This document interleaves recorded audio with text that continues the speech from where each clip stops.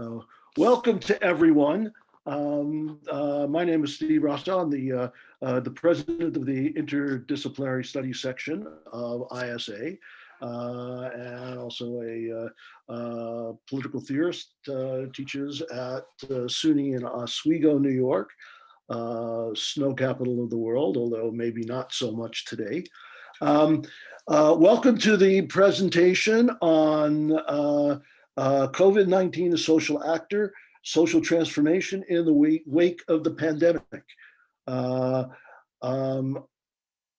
going to just introduce, say something very briefly, and then introduce the participants, and then we'll turn to the participants. They will speak for roughly 10 to 15 minutes, and then we will have a question and answer session. On the bottom of your screen, you should have access to the Q&A. If you have questions, you should just post to there, and they will become, we'll be able to answer those when we get to the Q&A session.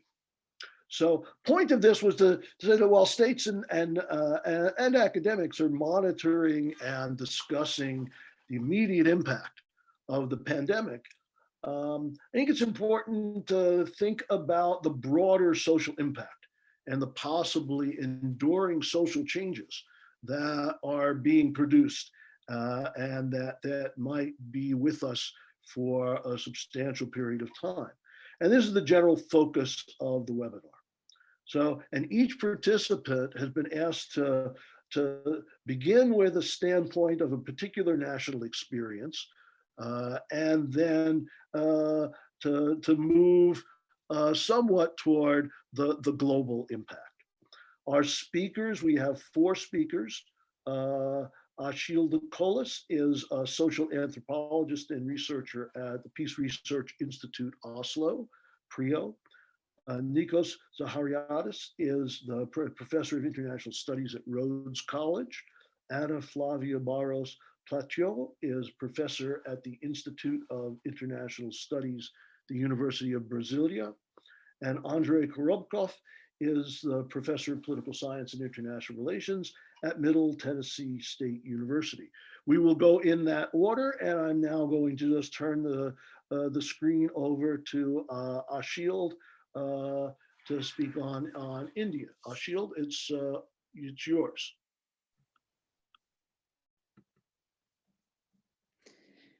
Hello, my name is Achille Colas, and I'm going to talk about the COVID-19 and technological innovation in India. And I have a PowerPoint, and I'm going to run through it very quickly. So, and for some reason, it's I have to press one by one for each bullet point here, so I'm sorry about that. It's going to be a bit take a bit of time. Okay, let me see if this works. Oh, okay. So right, so India has a policy known as Digital India, and it has been relaunched under the present government in 2015, but it's much older than that. And it's basically the foundation which this Digital India policy rests on is a biometric unique ID system called Aadhaar.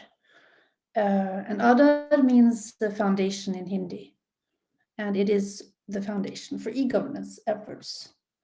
So it first a little bit about biometric ID. It's digital use of identifiers such as fingerprints, facial recognition, and iris scans, and it makes physical identity markers digitally readable and prevents fraud, corruption, ghost beneficiaries, etc. And it depends on the use of ID scanners that communicate with databases. And these can either be custom-made devices or they can be mobile phone apps. And they provide traceable services and audited access to benefits, secure cash transfer for poverty alleviation and welfare benefits. So this was first introduced in 2009, and it generates a 12-digit unique number for each individual, and it's based on biometrics and has registered more than 1 billion people. And this is what it looks like. These are different ways of registering for an Aadhaar number and card. And to the bottom right-hand side, you can see how mobile phones can be used to, with a connecting device to have people sort of scan their fingerprints so that the card can be verified. So these are the building blocks. Now, based on Aadhaar, the Indian government has also introduced a banking scheme for low-income households, and it's a way to create a new social security delivery system. It's called Jan Dhan. It has 400 million accounts to date. And then further, this Jan Dhan is connected to the Aadhaar unique ID numbers and then linked to mobile numbers. So, and India has 900 million mobile accounts as well. So these three identification numbers, the bank account numbers, the Aadhaar number and the mobile number have been linked in something called Jan Dhan Aadhaar Mobile, or JAM. So what happened when India's COVID-19 response was launched? This was in March. The Prime Minister went on TV and made a statement, and this was about, I think it was 8 p.m. And in this statement, the Prime Minister said that everybody had to stay at home, and this would be going to effect at 12 midnight, the same day or the same night. So this created quite a bit of chaos in the beginning, because especially migrant workers, people who didn't have a permanent residency in the big cities, they all had to go home, and public transportation was also locked down. So there was a lot of chaos in the beginning, and then there were policing and disinfection, and also I'll run through these very quickly because I don't want to spend too much time on this. And this photo is interesting because it shows how people who were put into quarantine were stamped just by a physical stamp on their hand, so that if they went outside, the police could detect them and arrest them, or whatever the sanction would be. So basically, as far as the digital India setup is concerned, COVID-19 also made some changes. There were cash benefits for COVID-19 transferred through the Jan Dhan bank accounts. Sorry, and COVID-19 food relief was made available through JAM, that is the mobile phone connection, so that people could collect their food relief, and then their receipt of that food relief would be registered in the digitally. And then there were tracking apps linked to Aadhaar that were developed, and they were used to manage COVID-19 response zones. And then finally, there was COVID-19 screening linked that was linking health data to tracking and contact tracing via mobile apps for the first time. So the main nationwide mobile app is called Arogya Setu. It's a contact tracing apps. Now or at least 20 different state level apps were also developed. Then I don't have time to go through all of them, but they are also interesting to look at. So this Arogya Setu is a COVID-19 contact tracing. Let's see, I can't see this. I have to move. Sorry. Contact tracing syndromic mapping and self-assessment digital service, primarily a mobile app. This is what it's called. And what it means is self-assessment, meaning that if you test positive for COVID-19, you would have to enter that information yourself. So it is the testing is not connected. Your health data on testing is not connected by the health system to this app. It's based on self-reporting. And initially it was made mandatory, so to public servants and publicly employed people, and also in several big private companies, and it reached more than 100 million installs in 40 days. And I think it's at least 160 million as of today. And it was developed by the National Informatics Center, the Ministry of Electronics and Information Technology, and private sector volunteers. So what is interesting in this going forward is the ePass feature that you can see on the right side of this image of the mobile phone. The use of the Arogya Setu app is required for passengers to access airports.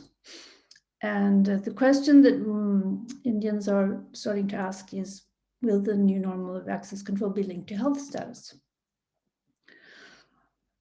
So, in fact, COVID-19 vaccination status information is ready for integration into the Arogya Setu app through the app ePass feature. And it's also being integrated with something called the COVID-19 Vaccine Intelligence Network, or COVIN. So the latest information, which came out in just a few days ago in the Indian Express, it says that in fact this COVIN information will be integrated into the Arogya Setu app. So what does this COVIN do? It's a digital platform for supervising and managing vaccination, and it automates session allocation. So if you want to get a COVID-19 vaccine, you would register in this app, and then you would try to find an appointment. So this has made this app quite popular as compared to the Arogya Setu app, which was initially very popular, but had to be sort of after the initial phase, there was a discussion about privacy, and then fewer people wanted to use it, and especially because it was considered well, people I've talked to in India have said that they didn't want to use it because it could have consequences for them if they were if they were using it. They had the risk of having to quarantine. So that's one of the reasons why it hasn't been used that much. So the COVIN, which is now being integrated into the Arogya Setu app, it offers all these fantastic features like Aadhaar authentication and creating a unique health ID for each person and tracking adverse immunization events. It texts in 12 languages and creates a QR code-based vaccination certificate, and it stores the data in the beneficiary's DigiLocker. The DigiLocker is a digital storage space on the cloud for people who want to store their important documents.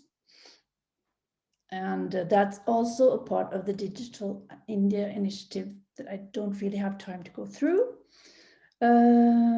And yes, This CoWIN has a 24/7 helpline with IT professionals, which is probably quite useful as people are starting to ask more questions about the safety of their personal data.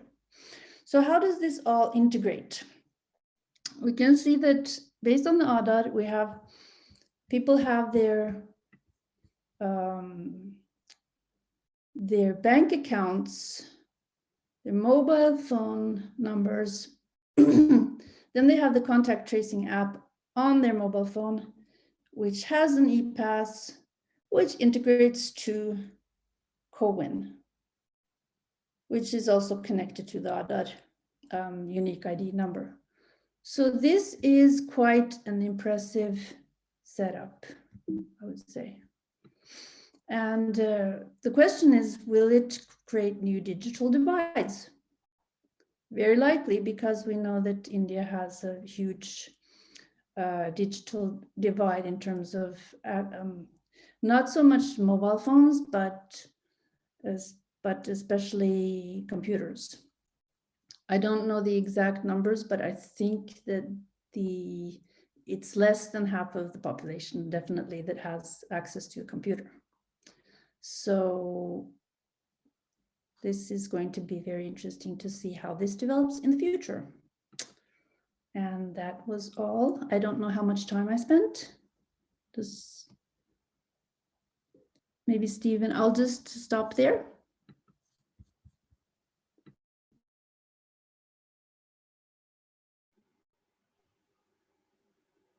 Okay, we should go. I don't know if people can hear me. We should go Nikos. Yes, thank you. Thank you, Steve. I want to thank everyone for the ISS, the IDSS, the ISA, as well as the fellow panelists and the audience for allowing me to share my thoughts with you about the Greek response to the COVID-19 pandemic. What I would like to do in my very brief presentation is just talk a little bit about causes and consequences. The first thing that I'll do is talk a little bit about what shaped the Greek response, but also spend some time talking about the social and economic consequences of it. There has been a lot of talk about how countries respond, but not as much on what the consequences are. And that's a very important aspect, which I will touch on, and then perhaps in the Q&A session, we can delve into it some more. In terms of the factors, I have argued this is part of a broader project that I am co-authoring with colleagues around the world, actually. One of them is Vasilis Karokis Mavrikos from the University of Surrey in the UK.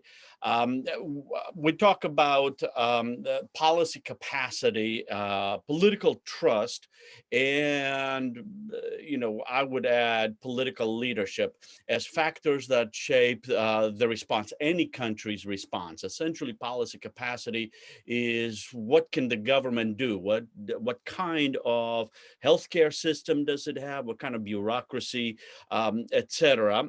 And that constitutes the supply of the response. Of course, the supply is not enough. You also have to have the demand, and that's covered by political trust. And the idea behind political trust is the expectation, the perceptions that citizens have of their government and what it can do.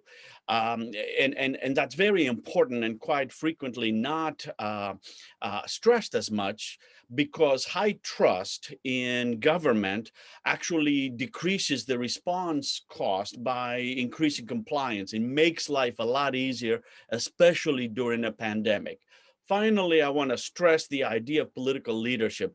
The argument that I have made so far is a bit too structural, but there's got to be some agency involved in all of this stuff. And it's individuals in authority positions that think, inspire, persuade, delegate their own citizens to move in a particular direction, to do things that they probably wouldn't otherwise do. Second thing that we need to understand is what constitutes a policy response. And I'll do that a little bit theoretically. It's a series of decisions, that is, that range between centralization and decentralization. Centralization is essentially a particular small set of individuals in the central government making the decisions, deciding what happens, when it happens, and how it happens. Of course, the other end of this continuum is decentralization, where you have particular regional or local governments affecting, essentially shaping responses in different ways. So you have uneven responses. Of course, you can also have paralysis and chaos. And unfortunately, in the US, we've seen that to an extent where governments don't do much. They just sit back and hope for the best. So let's talk a little bit about Greece. Well, I'm going to essentially talk about two ways, partly because the response has been different between the first and the second wave. We're now in the second wave. The first wave was essentially late February to early May. The response was very heavily centralized, meaning that the government acted swiftly. It imposed general lockdowns and essentially was able to maintain, to more or less stop the spread of the disease. The number of cases was very low relative to the population and relative to other countries at the time, including the number of deaths.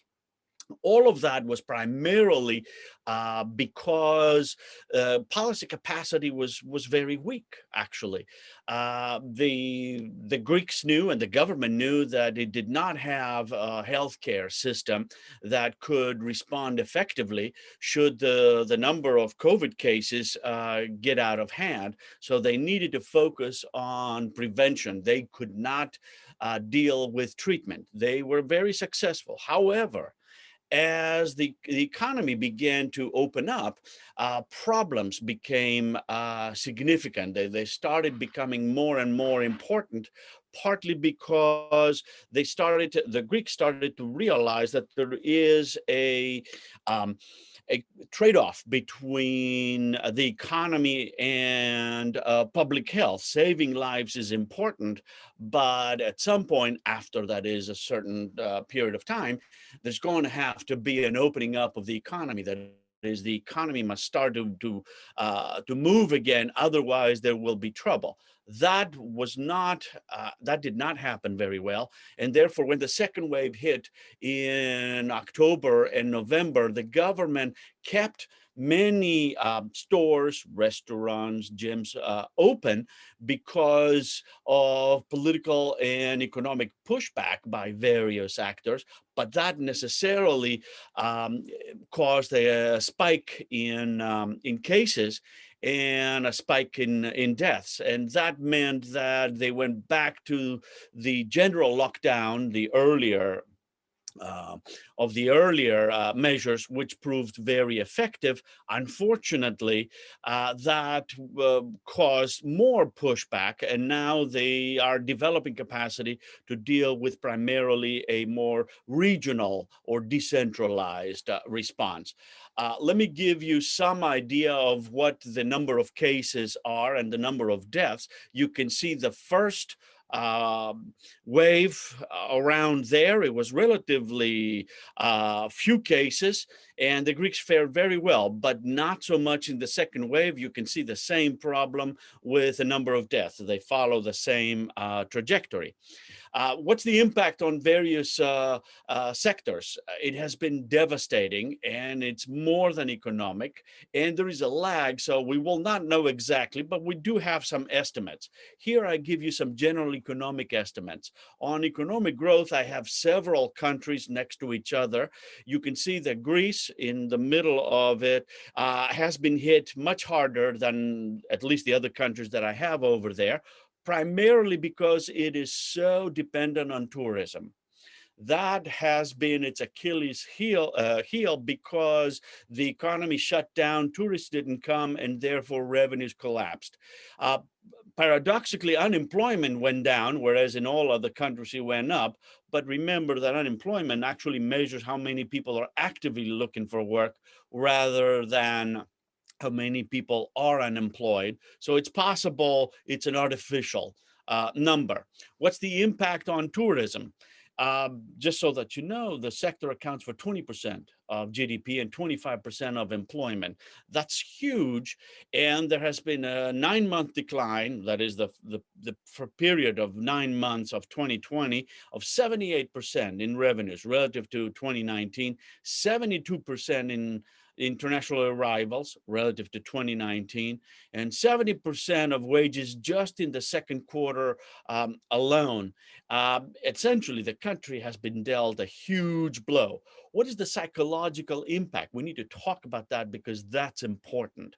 There have been some studies that argue that have shown that at least a third of all children and adolescents are experiencing some kind of psychological effect, mainly depression or moderate to severe depression, due primarily to social isolation, family conflict, no chance for telework. So that creates all sorts of problems that have yet to be dealt with. 36% also note high levels of COVID-related fear. 77% report moderate to high anxiety. All of these issues are costly, and the cost will become more evident in years to come, unfortunately. So, to conclude this whole this brief presentation, is there a best way to respond? Obviously, the Greek case shows that there isn't. The success of the centralized response during the first wave was not replicated during the second wave. And that means that countries need to adapt even over time within the same country. Is capacity important? The answer is yes, but you can turn weakness into strength. Remember that Greece acted swiftly precisely because it had weak capacity. And in that sense, that turned out to be the strength. Also, our individuals here, I want to emphasize the role of political leadership because they are important in maintaining a swift and effective response, and they are responsible for all the successes and failures. Thank you very much, and I look forward to any questions you may have when the time comes. Steve. Okay. Thank you, Nikos. Anna, you're next. I think you can just unmute yourself and we should switch to you. Okay, thank you, Steve. Thank you. Hello, everyone. I'm Ana Barros Platio from Brazil, from the University of Brasilia.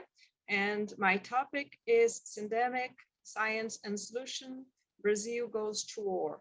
I will follow more or less the same structure that Nikos just mentioned, but I'll start with the UN Security Council today, discussing COVID as a stabilizing effects of the pandemic in the global economic crisis, and also the uneven recovery around the world, exacerbating conflict and drivers of conflict, and the critical role of vaccination for ending this global health crisis, in the sense that we need collective action. And where is Brazil in this huge context of uncertainties? Of course, we need international community collaboration, and the vaccines rollouts will be probably worsening the risks that we have now, worsening inequalities, conflicts, and tensions, including between countries. So where is Brazil? In the Brazilian case, we had an unprecedented sanitary, economic, social crisis. Brazil is one of the worst cases so far, along with the United States and other countries, if we measure this big fiasco in terms of deaths, for example, or in terms of violations of human rights. And in the case of Brazil, if we consider minorities, indigenous communities, traditional communities, the Brazilian policy is very bad. It's a total disaster, and there is lots of criticism about Brazil. So what are the main reasons for that fiasco, and how syndemic science and solutions shaped the Brazilian response to the virus and limited international cooperation?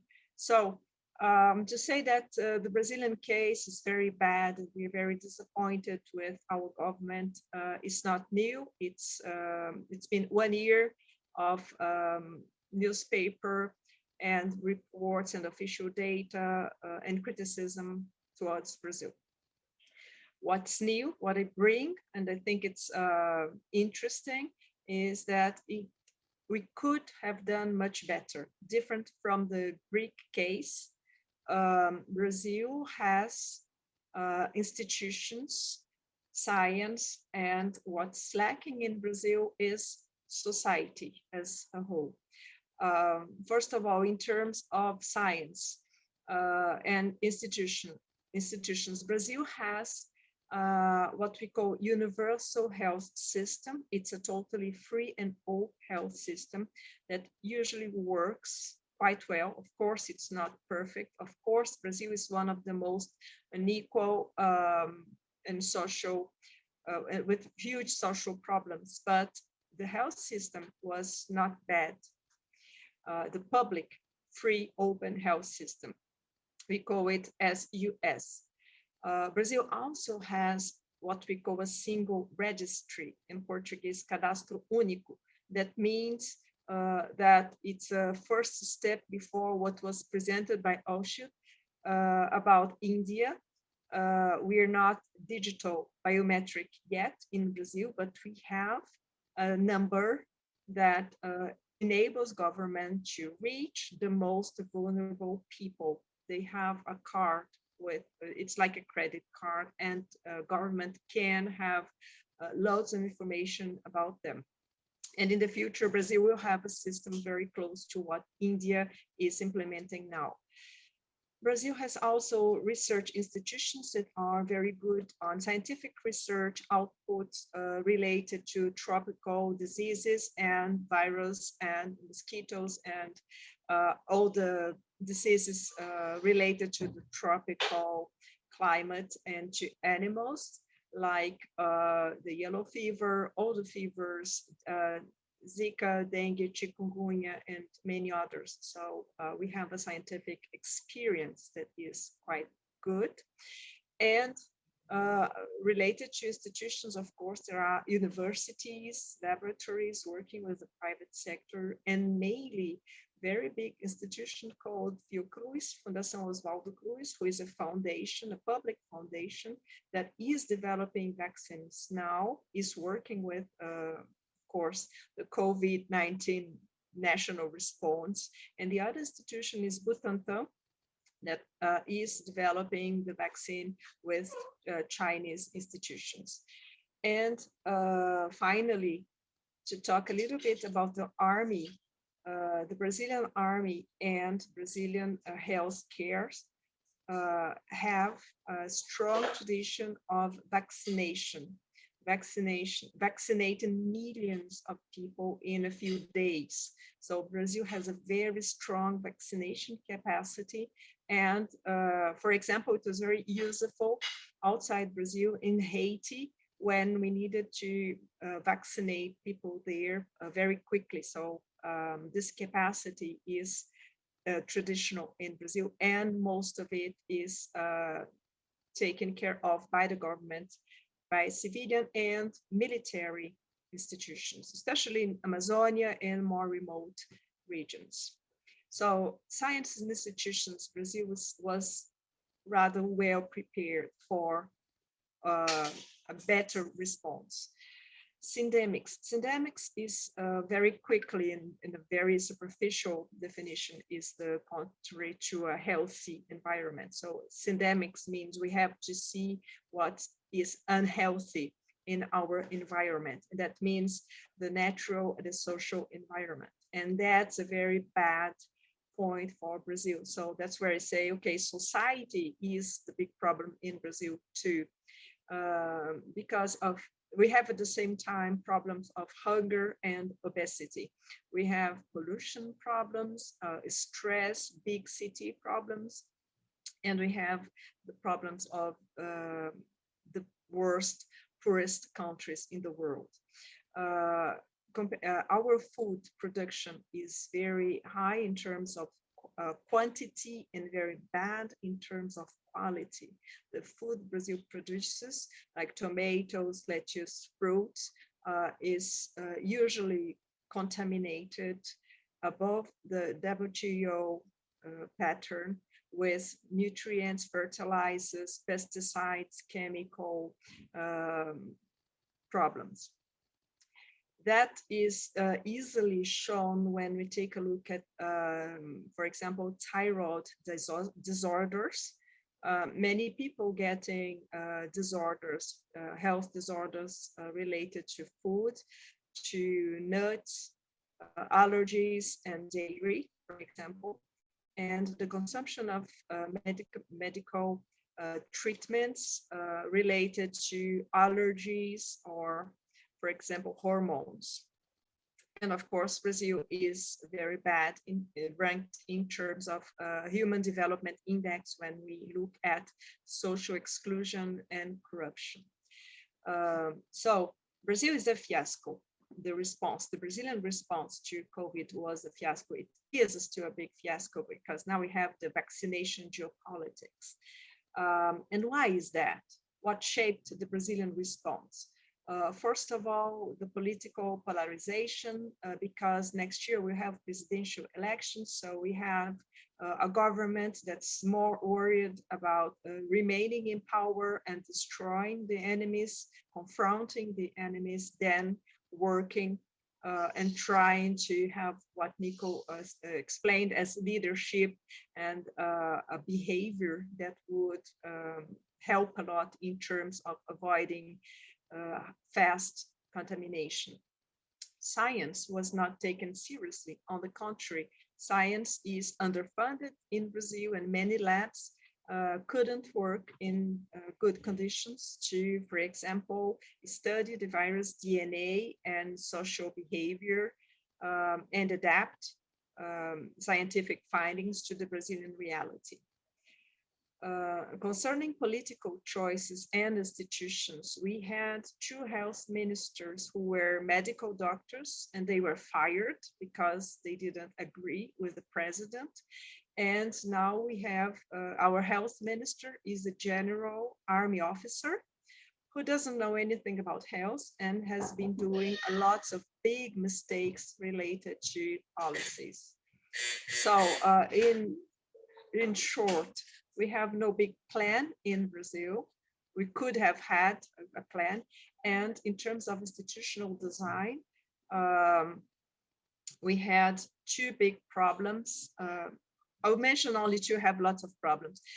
First of all, the federal government went to war with governors and with local authorities, and that's embedded in the next year presidential election, and it's a power politics at the domestic level. And the other big problem, and I think it's worst, the virus is not just a social actor. I think it's a game changer. And in the case of Brazil, it was the rules of the game changed, because I would say that in time of a big crisis like this one, there were no rules in Brazil. We saw the Supreme Court, for example, being asked all the time to decide if governors had the right to decide about lockdowns, if the vaccine would be mandatory or not. the Supreme Court has to ask the federal government about the details about the vaccination plan and what's been doing so far to fight COVID. And the worst case, the Supreme Court Justice asked federal governments that they be vaccinated before the others. They were just like trying to cut through. And that was extraordinary. That's the picture of the Brazilian society, the most powerful people using their institutional power to be vaccinated before the others. Second example, some medical corporations in some states, I'm not sure all did that, but some did. They vaccinated all the medical doctors, even those who are not working because they are retired. So we lack vaccines for those who are really working in the hospitals now, including those in military hospitals. So just to wrap up very quickly, I think that Brazil, the problem with Brazil is not only politics, it's not only the government, it's the society most of the time. And I can corroborate my hypothesis with Carnival that ended today, and the police had to go to the streets and close down bars and parties because they were illegal. So people try anyway to continue their life, day-to-day life without really caring. And looking at the fact that for 25 days now, Brazil has 1,000 or more than a bit more than 1,000 people dying every day. And it's a very bad situation for Brazil. It's not only chaotic response, it's a very bad scenarios, the worst case scenario, because there are around 10 million Brazilians infected, and we are waiting for the vaccination. Authorities understand that around 60 to 70% of Brazilians will be vaccinated this year. But if the Brazilian institutions were able to work and produce the vaccines, I'm sure Brazil could vaccinate much more people and export and help other countries. For example, in the terms of COVAX, or working more with Gavi. Gavi is the organization who works to secure vaccines to poor countries, controlled by the World Health Organization, the Coalition for Epidemic Preparedness, Innovations, and UNICEF. So I will stop here, but my message is Brazil has two big Achilles heels, I'd say. One is to society, who is not helping the government or the political authorities and the medical doctors who are really trying to fight COVID. And the second is foreign policy. In the past, Brazil was a strong voice inside the WHO to provide treatment to HIV/AIDS, for example. Brazil was one of the countries supported by human rights NGOs that helped break intellectual property rights of treatments to try to save lives. Like, I think it's disputable. Brazil played the role of Robin Hood. But now, on the contrary, Brazil changed dramatically, and it's playing the role of the big companies and gaining nothing in return. So big companies should thank Brazil for our foreign policy, because thanks to Brazil and other big countries supporting the private sector,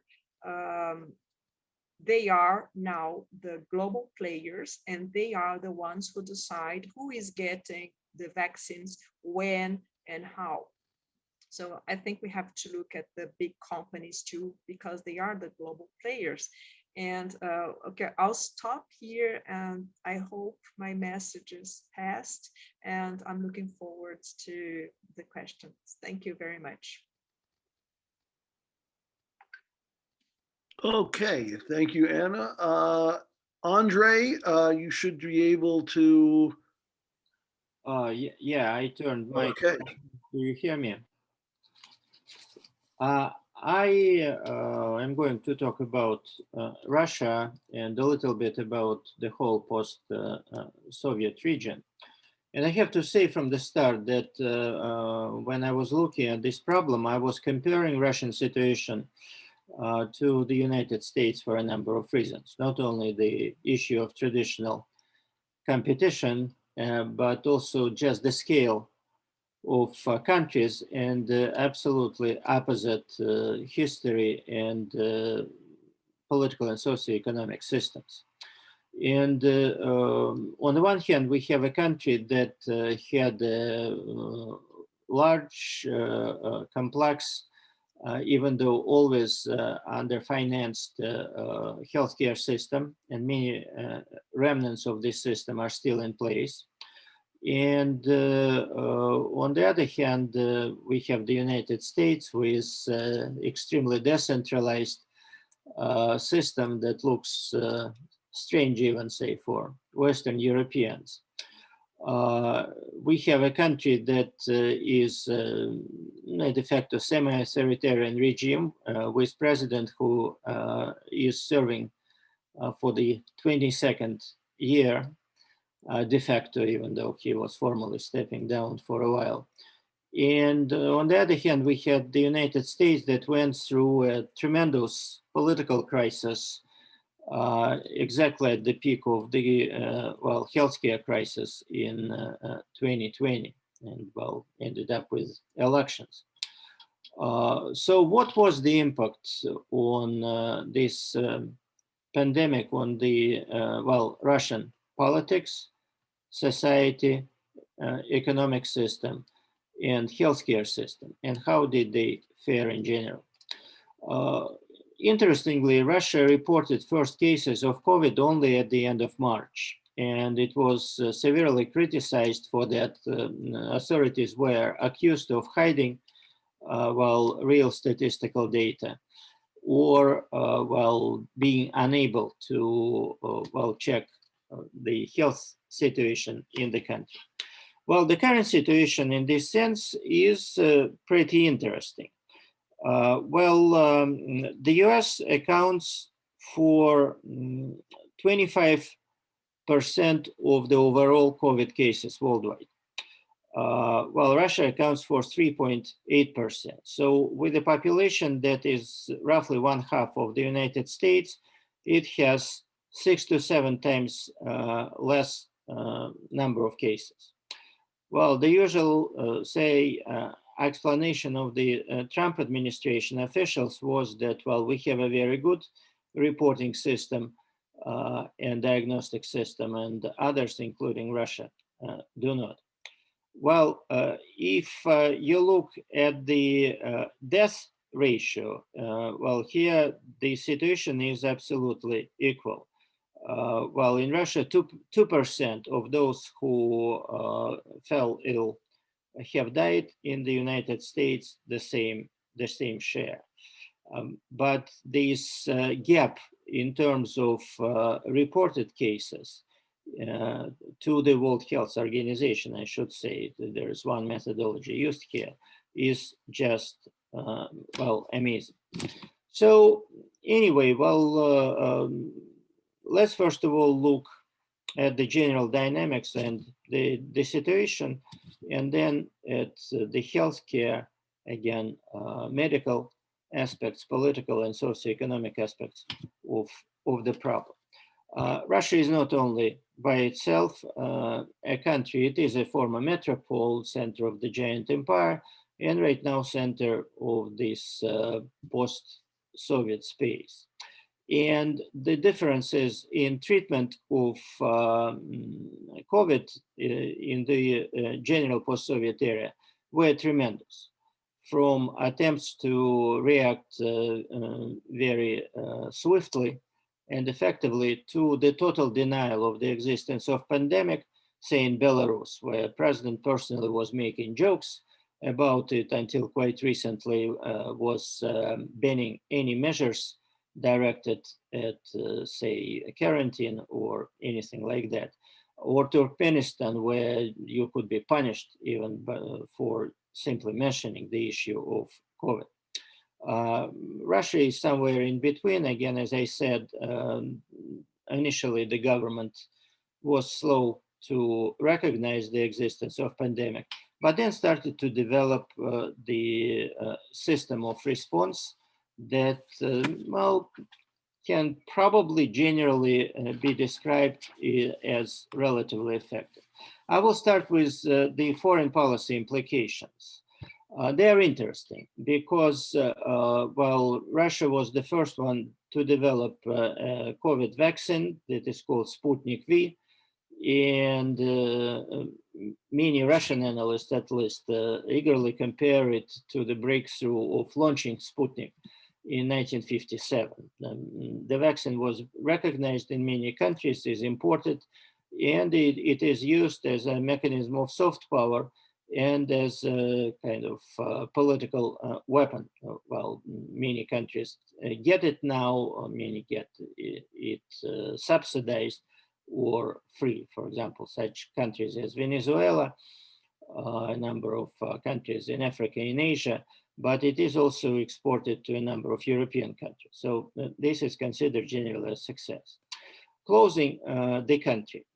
Well, generally, I don't think Putin is unhappy about it because it kind of increases control over the population, allows to, well, engage in a number of anti-immigrant measures, and Russia right now is the center of the second or third largest immigration system of the world, competing with Germany. And well, in general, increases the importance of various mechanisms of control, including the electronic one. Of course, there are negative implications, such as the decline of foreign trade, respectively, well, hit on the economic capacity. But in general, I think that anything that allows to, well, increase control over the population and foreign exchanges is perceived positively. There are negative implications as well, because the possibility of traveling abroad was allowing to release the vapor for the government, and be it tourism or be it kind of, well, work trips. But still, considering the general paradigm right now of the Russian governmental policy, I think the government is considering it useful. It could create particular tensions in relations with China, especially considering the fact that hundreds of thousands of Chinese are working in Russia, and there is an intensive, well, exchange, tourist business, and so on.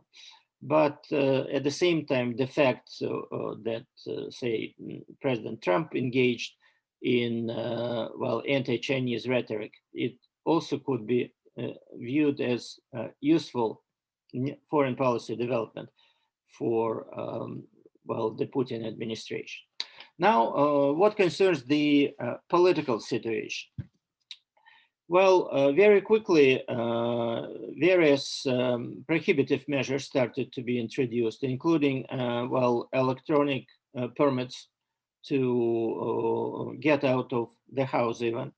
Well, many companies and organizations have transferred their personnel to online job. And then the government started to introduce interesting measures in this regard. Well, school children, well, retirees, some other, well, members of the Russian society, they are entitled to subsidized, well, travel permits. They get monthly permits, and again, if you belong to these categories, well, you can travel either for free or at a serious discount. And the government started to cancel, starting in October, started to cancel such permits, saying that, well, children should not travel and go to school, so they don't need right now such tickets, subsidized tickets. And the same was spread then to the retirees, people with a number of chronic illnesses, and that essentially was a mechanism also of controlling the situation.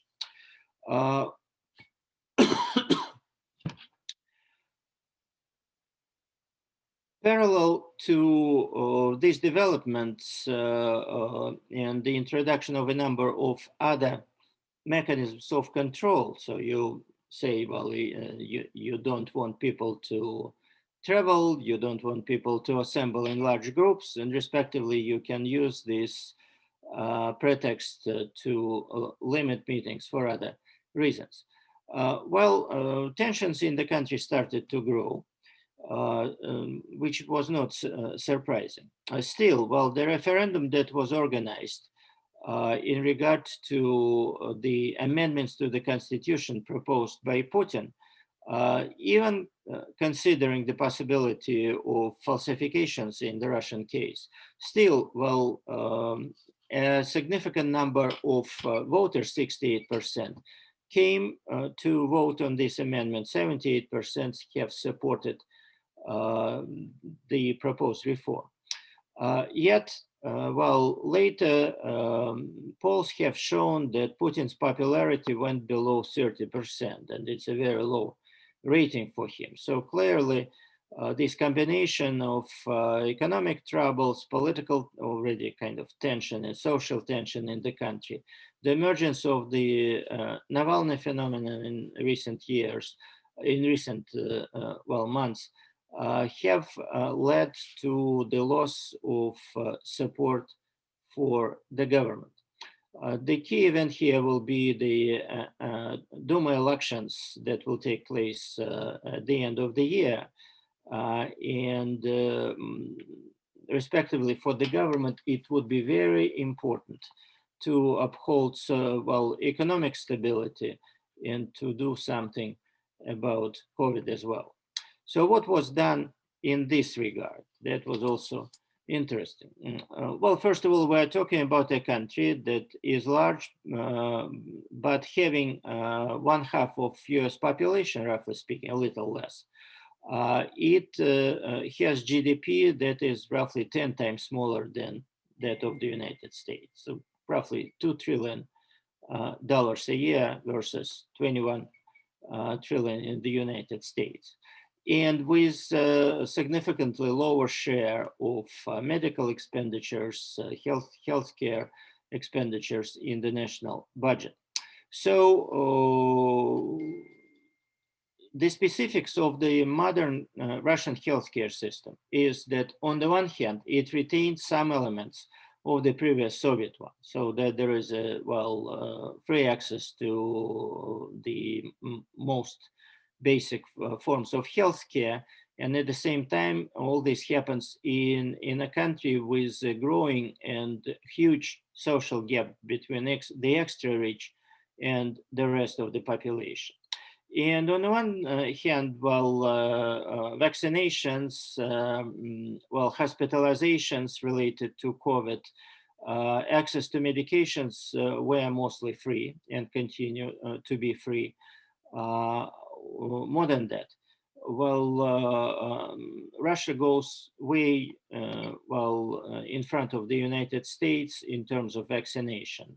Right now, already a significant share of the population can get vaccine, and more than that, in a number of places in Moscow, for example, you can just stay in line and get vaccinated regardless of your age and health condition. So this aspect was more or less effective. The problem was also the second issue. It is the social gap. And there were numerous reports on the members of this extra rich layer buying huge numbers of ventilators for personal consumption and just storing them in the middle of 2020. Right now, of course, the same way buying access to vaccines surpassing any waiting lines and so on. Well, the government also has offered significant support to medical personnel that was involved in the COVID operations. It included offering additional pay. It included offering stimuli to students at medical schools to come and work, and it is considered a part of their internship, and they also get paid and are offered promotions afterwards. But in general, the duality of the Russian healthcare system remains very, very kind of highly visible. The socioeconomic part, packages were adapted, not the way it was done in the United States, not these single packages, in trillions of dollars, but specific measures. And they were directed at three major kind of target groups. First, individuals, especially in the vulnerable groups. Second, small and medium business. And third, large corporations, frequently controlled by the government in one way or another. Specifics of the modern Russian society, specifics of the modern Russian economy is that it is, a type of state capitalist economy. So there are sponsored and controlled by the government huge companies, whether they are private or nominally public, and they receive significant support. For example, Russian airlines in a situation similar to that in the United States, they received a package of 25 billion rubles. It's significantly smaller than the amounts that were given to American Airlines, but it's $350 million roughly, and it was still something visible. The same happened with major companies in other branches of the economy. The economic sector that suffered the most was small and medium business. That is, traditionally neglected in general. That is the major target of corruption and has many other problems. The way developed specific mechanisms to assist these businesses, including the protection from the loss of credit, protection from the loss of their buildings, leases, credits for the paying wages,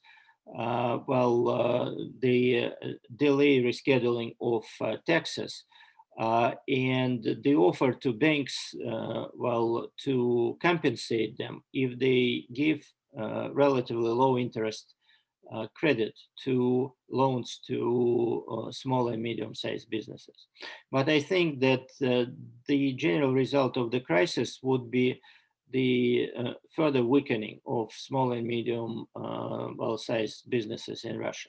In regard to individuals, numerous measures were undertaken and continue to be undertaken. And this includes, for example, the increase of unemployment benefits for those who lost jobs as a result of the COVID. Maximum benefit is $200 a month.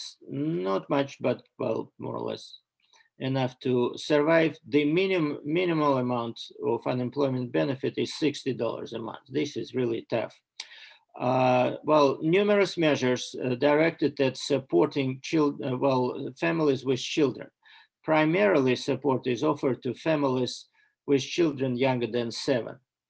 And the amounts here, can go from $70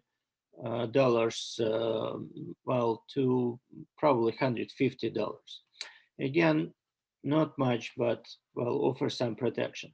Other measures are similar to those that were offered in the US. It included various types of payments, guarantees from eviction,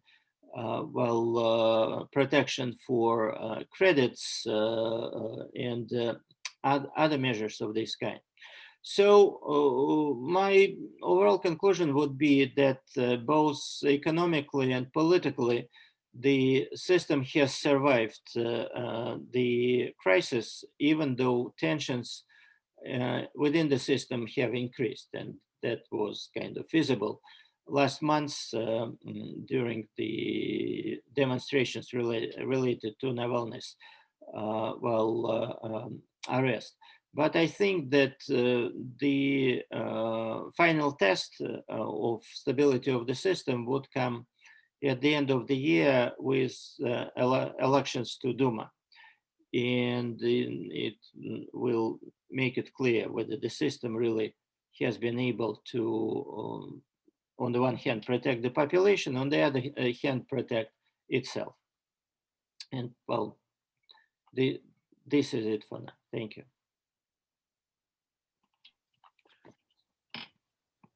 Thank you, Andre, and thank you to all of the panelists. So we have, can the panelists should be able to see the questions and the question and answer. Shield, why don't I ask you to address the first one, because I believe that came up during your presentation, and or no, I'm sorry, Anna. I believe this was in yours. I apologize for that. So Anna, do you want to try and answer that first question? Can you, I'm going to unmute. You can, I'm sorry, I can't see the question here. Can you just read it for me, please? I will read it. I will mess up the pronunciation, but is that why Manaus, the MANAUS, is doing so great with COVID-19? The healthcare system is a disaster and collapsing. Federal hospital in Buenos Aires is also a disaster. Is that? Stephen, I'm sorry, I didn't hear. Okay, is that Manaus is doing so great with COVID? The healthcare system is a disaster and collapsing, the federal. Right. Yes, as I mentioned in the beginning, the Brazil is a disaster. I didn't mention one place specifically, but I didn't have time to talk about all the specific issues, and Manaus is a very big, I would say, is the direct result of all I mentioned in a superficial way. And the question about Manaus relates to a very important crisis concentrated in one capital, the capital of the state of Amazonas. So I totally agree with the question, and I thank the person who asked the question, because I didn't mention Manaus, and if I had more time, I would probably go that way and try to explain what happens, what we are expecting for Brazil this year, and the future will be very difficult because we didn't, the government didn't manage the crisis in Manaus at all, nor did other local authorities. And we had many big trouble with, for example, oxygen. There was not enough oxygen for people in Manaus. So it was a huge human crisis. And thank you very much for the question. Okay, we have another question, which looks like it's for which looks like it's for all of the panelists, from George Andreopoulos. I'm just going to read it because I don't know that others in the audience can see it. I'd like to hear the panelists' thoughts on the flow and accuracy of information provided to the public about the crisis and how misinformation and narratives of alternative facts about the pandemic were handled, especially in crises where such narratives were advanced by public officials. Anyone want to? Let me start, if I may, Steve, and then others may jump in and say some more. I think this raises a very interesting and important issue, and that is the issue of communication and then the message about how do you deal with the crisis created by the pandemic. It's unfortunately a very important and convoluted issue in the sense that the pandemic in COVID-19 is, one example of several crises. You have events that need to be interpreted, and that's part of the problem. Interpretation changes from people to people. It's actually the government's responsibility, I believe, since it has the initiative in responding to the crisis, to interpret the facts the way they're supposed to be interpreted. Unfortunately, technology has made alternative facts and alternative interpretations far more accessible, and in that sense, sort of this democratization of information also leads to perverse or adverse effects in terms of informative campaigns.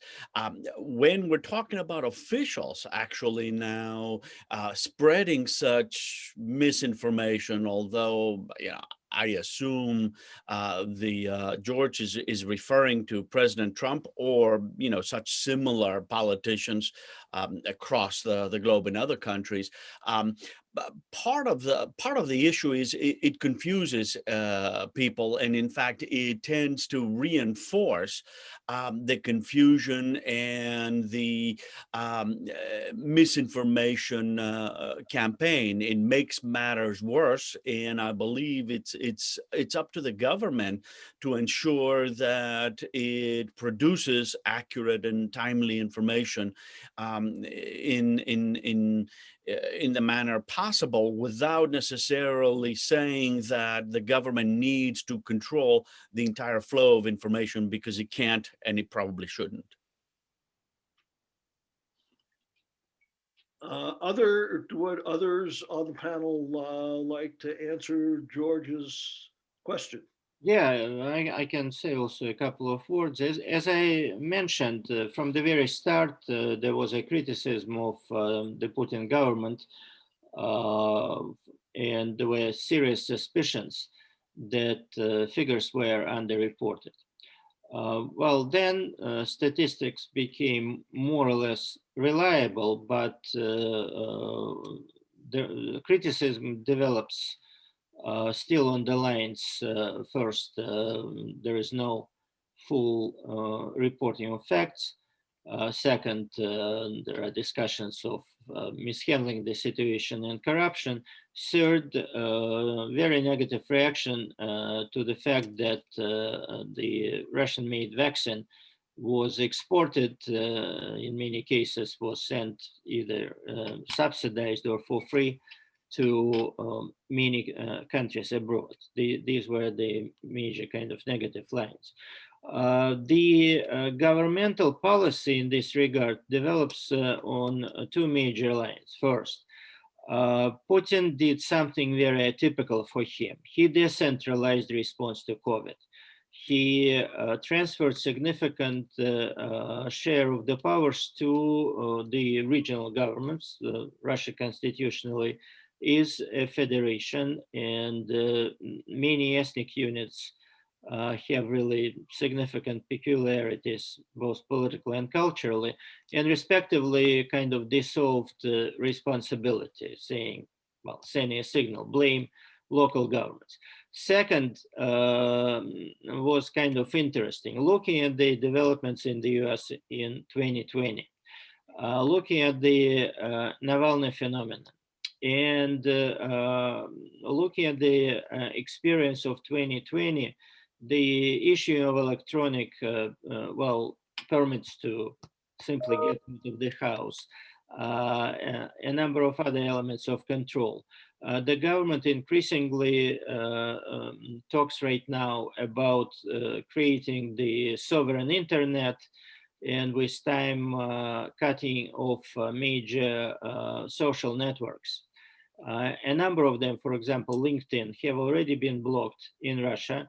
But I think this trend will become visible pretty soon, maybe before the elections. And in general, this is a line that China is taking now, while Putin is very actively looking at it. And it seems like this is the general trend.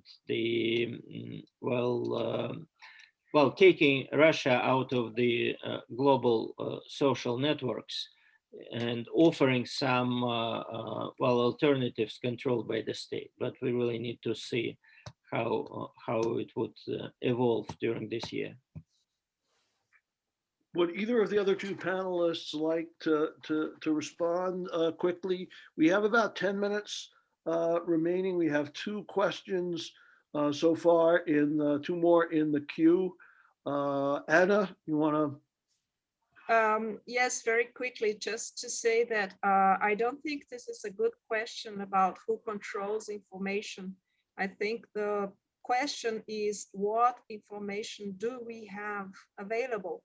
For example, today there was published in the New England Scientist that remdesivir helped or contributed to the virus mutation. And it's very complicated for us to understand, average people. So I think science doesn't know, the scientists don't know what's going on yet. So this, in our context, is a context of the unknowable, not information being misused or manipulated. So that's all. Thank you. Okay, we have two more questions so far in the queue. Nico, can you see Tina's question on essentially appeared there was a consensus between health experts and political decision makers in Greece, and did that make a difference as I try and understand the question? Did that make a difference to the trust and the response? Yes, I can't see the question. It essentially asks about linkages between the role of experts in the response and policymakers. The answer to that, at least in my opinion, is it did make a difference, but it's important for us to understand that experts, although they were partly the ones that framed the measures that were necessary in order for the country to respond to the crisis, the decisions were essentially political. There is and there was a committee formed about specifically COVID-19.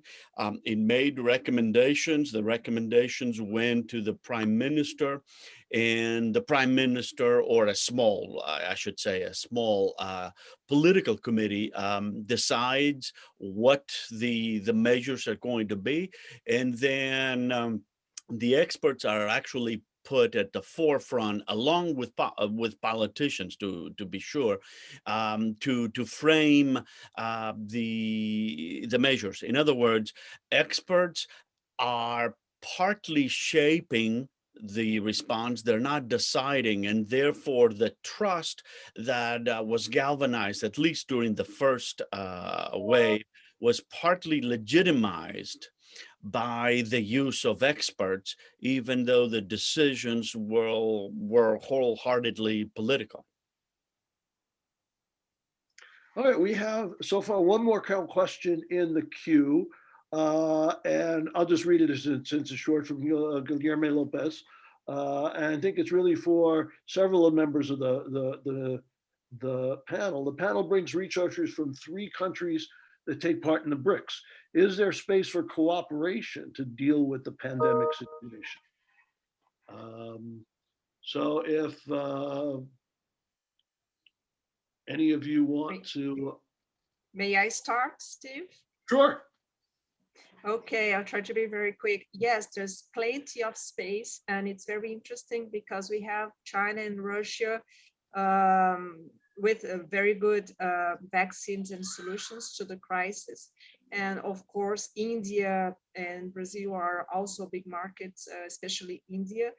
And there are scientific projects being funded in BRICS countries. The New Development Bank of the BRICS just authorized $1 billion for Brazil to fight COVID, and South Africa is willing to produce vaccines together with the BRICS and Cuba. So there's plenty of space. I think that in geopolitical terms, it's a window of opportunity for Vladimir Putin and Xi Jinping to make a big axe of we can save humanity from COVID and fight the big companies and the Western aggressive politics about vaccine geopolitics. So I think the BRICS has become a giant player now, and they have the possibility to do a lot this year. I think the BRICS is going to do something bigger than it's done so far. Let's see what happens. It's just a guess. Thank you. Achille, you were gonna, I think. Yes, I just wanted to mention that India is actually a partner in the Coalition for Epidemic Preparedness and Innovation, together with the UK and Norway and Germany, and I think Japan and Gavi and a few other big organizations. And I think that India being a very big pharma producer or manufacturer is probably why India has been a partner in that. But I don't know if, I think it's a very good question, and I would like to know more about that myself. I think it's still in the making. Others on the panel want to respond? Well, I have a similar view. I think that overall, both COVID and the policies of the previous administration have pushed and continue even now to push Russia towards China. That's the first issue. Second, vice versa, the change in Washington might push the current Brazilian government towards Russia, and it might include the different spheres, including the medical one. And I also agree with colleague that Cuba can be a pretty big winner as a healthcare agent of Russia in Latin America and some other areas. There is a high degree of healthcare cooperation even now, and Cuba might gain from it by offering, say, Russian vaccines and in general complex COVID-related healthcare in a number of countries of the region. Okay, any final, I think we've run out of questions, and would we have a couple of minutes? Would anyone on the panel like to make a final concluding statements? Last minute or two. Just a big thank you to everyone for participating in the panel and to the audience for being patient enough to hear us and see us. Okay, well, I will then thank everyone and thank our supporters at ISA Central who helped to put all the technology together. Thanks to the panel for a set of informative presentations. And thanks to the panelists and to the audience for sitting through yet another Zoom session, which I'm sure many of us have been to more of these than we'd like. And we will hopefully see many of you in, I was going to say Las Vegas, but at the virtual Las Vegas for the ISA meetings in April, and that you will participate in interdisciplinary study section panels in the future. Thank you again. And also just say goodbye to everyone.